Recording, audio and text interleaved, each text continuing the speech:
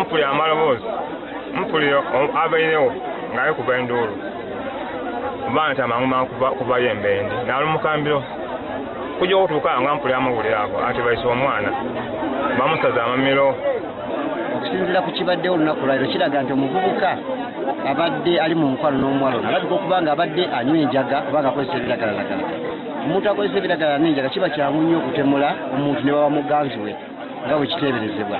Ekikolwa nga kino waire nga nsonga dda byamukwano omuntu oba nga okyawagaine naye oba muniizagainya tikitegeeza kumalawo obulamu bwe. Kiniwe Katonda okusalira omuntu omusango. Kibiino nkivumirira nise kuvumirira yena yena.